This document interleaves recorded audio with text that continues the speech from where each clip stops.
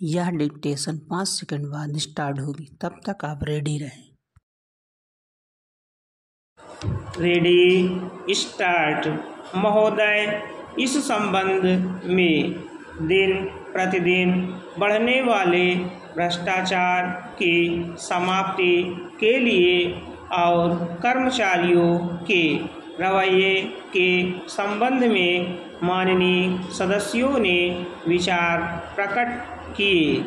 मैं समझता हूँ कि इससे कोई समझदार व्यक्ति इनकार नहीं करेगा कि भ्रष्टाचार को प्रोत्साहन नहीं देना चाहिए, अतः इस ओर विशेष ध्यान देने की आवश्यकता है।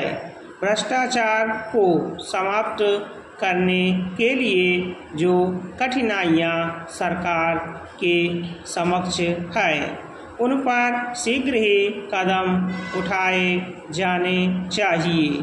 यदि सख्ती भी बरतनी पड़े तो चिंता नहीं, हमें ऐसे कदम उठाने ही है।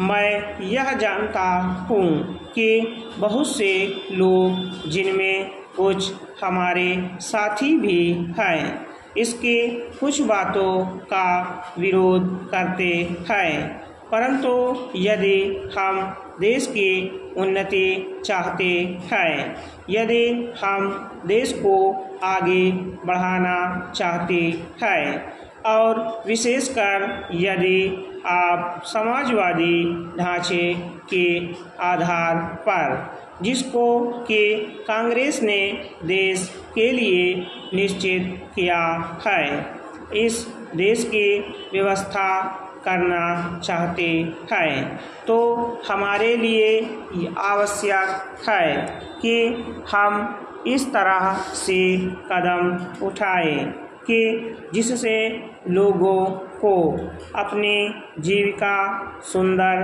ढंग से कमाने के लिए साधन जुट जाएं।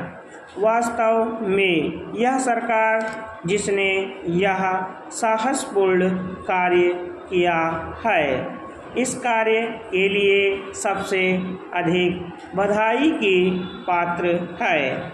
जो लोग यह आशा करते हैं कि हर एक काम उस ढंग से होना चाहिए जिसके लिए गांधी जी हमसे कहा करते थे, और जैसा कि अभी हमारे एक साथी कह रहे थे कि जिस तरह से सरकार ने इस संबंध में व्यवहार किया है, वह गांधी जी की नीति के अनुसार नहीं है। यही नहीं, उन्होंने तो एक तरह से कांग्रेस ने जो समाजवादी ढांचे पर समाज की व्यवस्था की नीति अपनाई है, उसका विरोध किया, और मेरी समझ में उनकी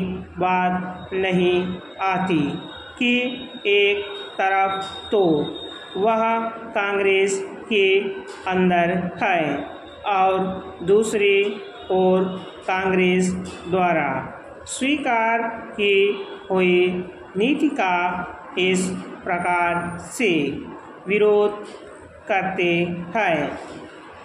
मैं समझता हूँ कि वह इस बात को भी जानते होंगे कि कांग्रेस द्वारा इस नीति को स्वीकार कराने वालों में अधिकतर वे ही लोग हैं जो गांधी जी के अनुयायी हैं और उनके सिद्धांतों में विश्वास रखते हैं।